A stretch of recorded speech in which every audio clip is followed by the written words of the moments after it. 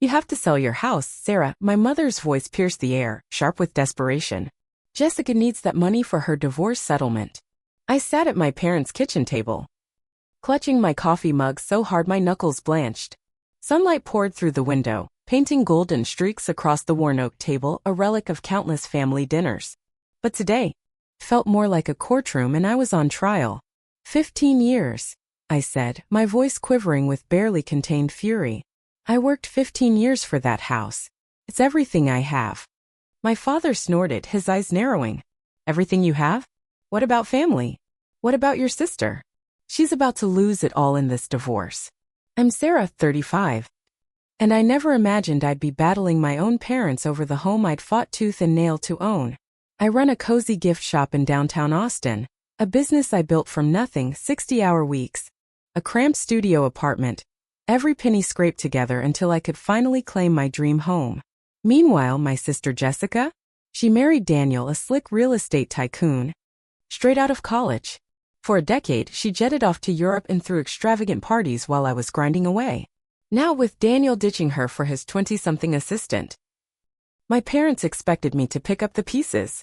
Jessica's lifestyle isn't my burden, I shot back, my tone firm despite the tremor in my chest. I'm not selling my house because she blew her cash on Prada and Porsches. My mother's face crumpled like tissue paper. How can you be so heartless? Your sister could end up on the street. I almost laughed. Jessica's version of on the street meant downgrading from her sprawling 5-bedroom estate to a house like mine. She'd never worked a day in her life, first propped up by mom and dad, then by Daniel. Now they wanted me to be her lifeline. She could get a job, I suggested, earning gasps that could have shattered glass. A job? My mother clutched her chest as if I proposed Jessica join a traveling circus. At her age? She has no skills, she's too fragile for that. There it was again, the crushing weight of their expectations. Growing up, I was the dependable one, the rock, while Jessica was the delicate flower too precious for the real world. After years of carving out something for myself, they wanted me to hand it over again. As kids, the favoritism was blatant. I mowed lawns and babysat to fund college. Jessica got shiny new cars and bottomless credit cards because she was too creative for ordinary worries. When I launched my shop, maxing out my cards and burning the midnight oil. My parents dubbed it my cute little project. But when Jessica fancied herself an interior designer for her rich country club pals, they bankrolled a swanky office and a glossy ad campaign. She quit after 3 months bored. Remember how we helped you with your shop? My father barked, snapping me back to the present. We co-signed your lease. I inhaled sharply. You co-signed because the landlord was your golf buddy, and I got stuck with a jacked-up rate. I never missed a payment. That's not the point, my mother cut in. Family supports each other. Jessica sent customers your way. Oh yes, her posh friends who'd breeze in, coo over my adorable store, and leave empty-handed because my goods weren't pricey enough. She even once suggested I sell the shop to be her assistant after marrying Daniel. You're so organized, she chirped, as if my dream was a stepping stone to her throne. I'll help Jessica find an apartment, I offered. I'll even polish her resume. But my house? Off limits. My parents traded a look I knew too well, the one that screamed they weren't done scheming. My father leaned in, his voice dropping to a menacing whisper. Sarah, we've been talking to Aunt Margaret about that summer you spent with her in college. My blood turned to ice. That summer, I'd caught Uncle Tom skimming cash from their family business. He'd begged me to stay quiet, swearing he'd repay it, and he did, through some shady investments. Only my parents knew the half-truth. What about it? I asked, steadying myself. It'd be a shame if Cousin Michael found out about his dad, my mother said, her tone sickly sweet. Especially now, with his city council run. The threat landed like a punch. They'd spin it, pin it on me, ruin my reputation, my shop, everything. You wouldn't, I whispered, but their eyes said otherwise. We don't want to. My father murmured. You're our daughter too. But Jessica needs this. She's not tough like you, she can't handle poverty. Too. Always the afterthought. I shoved my chair back. The screech echoing off the tiles. Go ahead, tell everyone. But first, let's chat about those property deals you greased for Daniel, Dad. The ones that somehow sailed past zoning laws. His face drained of color. And Mom? How about why Jessica's last venture tanked?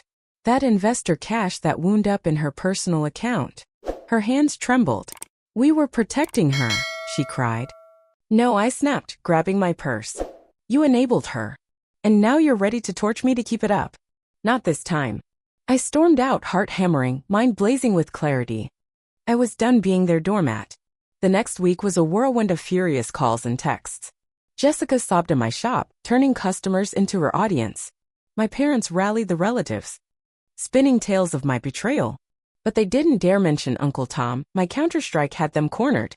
Then came the summons, a family dinner on Saturday. Everyone would be there, Aunt Margaret, Uncle Tom, Michael, the whole clan. A trap to shame me into submission. I spent days arming myself, bank records proving I'd paid my way, emails exposing Jessica's flops, photos of the dingy apartment I'd survived while she lounged in luxury. Saturday night, I strode into their house in a sleek black dress and grandma's pearls, ready for battle. The room buzzed with tension. Aunt Margaret's stiff hug and Michael's campaign manager lurking in the corner confirmed my suspicions. We need to address Sarah's behavior. My father boomed once we'd all gathered. My mother stepped up, poised for her rehearsed guilt trip. I cut her off. Actually, I've got something to share. I whipped out my tablet. Their confidence morphing into dread. Let's talk family responsibility with facts. I hooked up to the TV and launched in. My house, $280,000. Every payment mine alone. Now, Jessica's interior design gig. The screen flashed her bank records. Thousands funneled to Saks and BMW. $75,000 of investor money gone in 3 months. Business expenses, she wailed. I swiped again. Dad's email to Daniel about the Henderson deal rezoned after consulting fees changed hands. The campaign manager's eyes widened. And here's Jessica's prenup, she waved Daniel's assets. Plus last month's $30,000 Gucci spree while claiming she's broke. The room froze. Aunt Margaret gripped her pearls. Michael stared at his phone, likely scrambling to save his campaign. I've stayed quiet for years, I said, facing them all.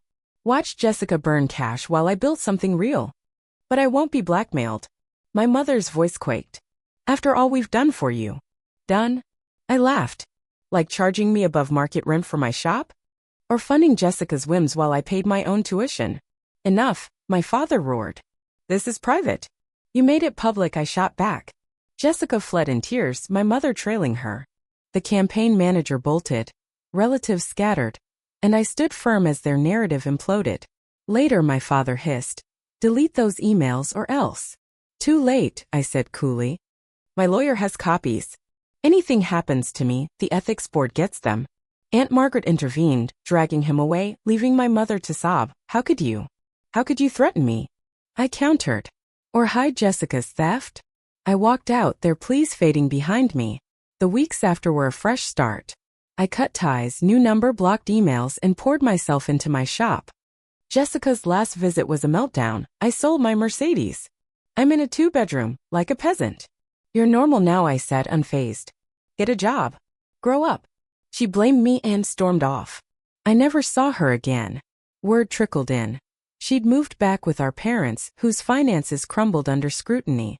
My father retired early, deals investigated. My mother mourned her lost country club status. Meanwhile, my shop thrived, new hires, an online store, packed craft workshops. Aunt Margaret sent a letter, thanking me for keeping Uncle Tom's secret and apologizing for not seeing the truth sooner. You're the strong one, she wrote. You don't deserve their burdens. She was right, I'd been too strong for them, and breaking free was my real strength. 3 years later, my life's unrecognizable in the best way. My shop's doubled in size, with a second location thriving. I've renovated my house, my sanctuary, into a space that's wholly mine. I ran into Michael recently, his campaign flopped, but he seemed lighter. He said Jessica's second marriage, to another rich divorcee, crashed fast and our parents still blame me. I just smiled. Their delusions aren't my problem anymore.